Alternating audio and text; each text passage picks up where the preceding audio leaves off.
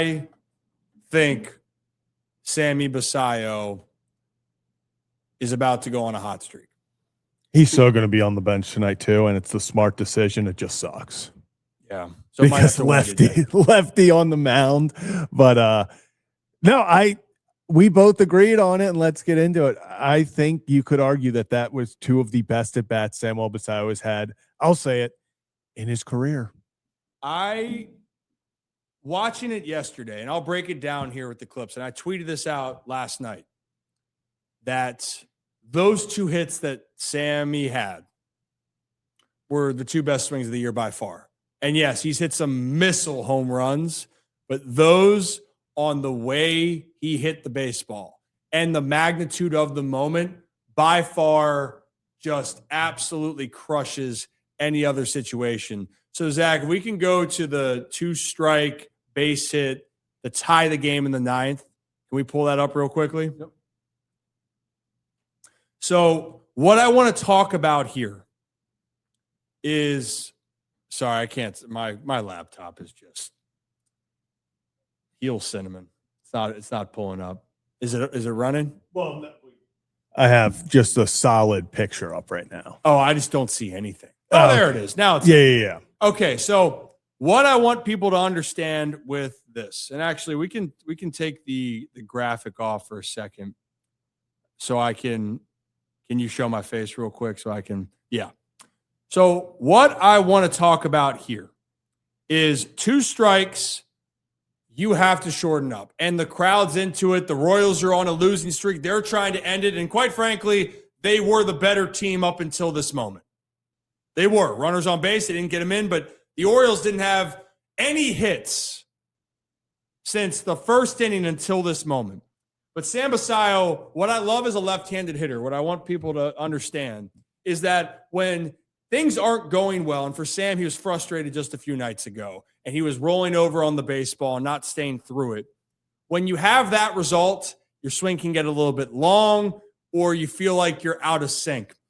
But with Sam here, a lefty's signal that he is on the baseball is what he does right here. Can I click the button and do it? Is that how I can roll? So when you watch this here, Sammy gets set, and as a lefty, you need to be short, compact to the ball if you're going to be able to catch up to 99 middle away, and especially with 2 strikes. But the thing that makes me so encouraged is he didn't try to do too much. There was no extra movement, and Sam hits an absolute bullet to left center that ties this game. And why is that important? For a left-handed hitter, it'd be the same if we want to switch it to the right side. If you can go to the opposite field gap, and you ever hear in batting practice where they say, hey, work on seeing the ball deeper, work on trying to get the bat or let the bat do the work and not try to be over anticipating or out in front.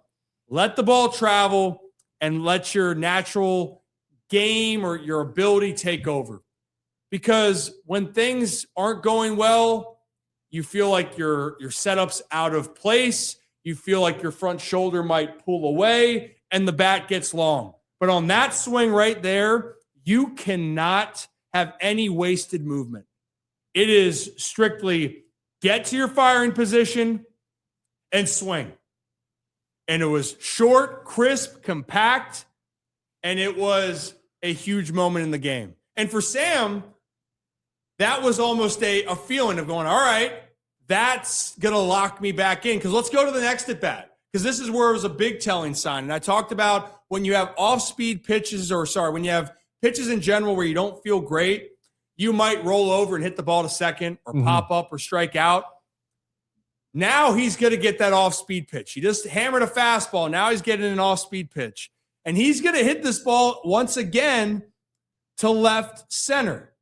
But here's the thing that makes me so happy with this swing is this ball is off the plate. And for a left-handed hitter, that you can stay back on a breaking ball and be back enough where your front shoulder's in to be able to drive it, that's telling me you're now seeing the ball longer. You're now getting in sync. And because Sam is so damn strong, he can still drive it. And that, to me, could be the moment that clicks him back in. That, to me, could be the moment where his bat feels comfortable. And I know he might not be in the lineup facing a lefty. In some cases, I wish he was, because those are the swings where you can tell, ask any hitter, how are you feeling? Well, how do you take a ball the other way? And for Sam, I think he's been searching for that, Zach, for the last X amount of weeks. And most of the balls that he's hit and he's squared up, his best swings really have been dead center, which is great. But what's happened when he's gotten in trouble? Rolled over, gotten long, swinging too hard, trying to do too much. And with those two swings, the only thought was, let me see the ball longer and let me just try to get the bat to the baseball. And that starts with keeping your front shoulder on it, having your body wait. That's the hardest thing for hitters, Zach, is can you wait back? Can you trust yourself to not want to go get it? And when you have that with Sam's talent, I think he's very close to a breakout here sooner than later. And to me, it was so impressive. I loved everything about it. Yeah, and I think I agree with you just about everything. I think if Basallo, even a week ago, hell, I'll even say a few days ago, if he's getting too out in front of himself, if he's trying to do too much, that's probably a weak fly ball to center field. It's probably something he probably gets a good swing on it, but he probably doesn't get enough of it. It's a weak fly ball, game over. But instead stayed back, and his ability, both times him using the left center gap, just literally poking a frozen rope. I mean, I'm not going to call him bloop over. I mean, both were over 103.5 miles an hour, but line drives over where the shortstop would be into that gap. I agree with you. I think this opens up the whole field for Sammy. I think this is something that maybe we look back on at the end of the year and say, hey, that's where I think the confidence really started taking off, because we know he gets an inside pitch, he gets a hold of it, he times it up well, he can put one on Utah Street, he can put one 20, 30, 40 rows into the stands. But that, if you hit 40 home runs, I mean, we've talked about this how many times, you hit 40 home runs, but you had 600 at bats, those 40 home runs are cool, but what are you doing in the other 560? And when you can do stuff like this, where, okay, big moment, I'm just trying to put the ball in play, I'm just trying to go where the pitcher's giving me it, and absolute two beautiful swings by Basallo, who earlier on in the game absolutely crushed a fly ball, and the wind kept it in. Would have been a home run, I believe, in 8 of 30 ballparks. Wind brought it in. They were estimating brought it in 17 feet. It landed about 8 feet from the wall. So for him to go from that to then, okay, hey, I had a good swing, because I mean, we know so many guys, you see that one like, oh, I got it, but it was just off. You're probably swinging for the fences. You're like, I got this. I've seen it tonight. I'm gonna put one over the fence.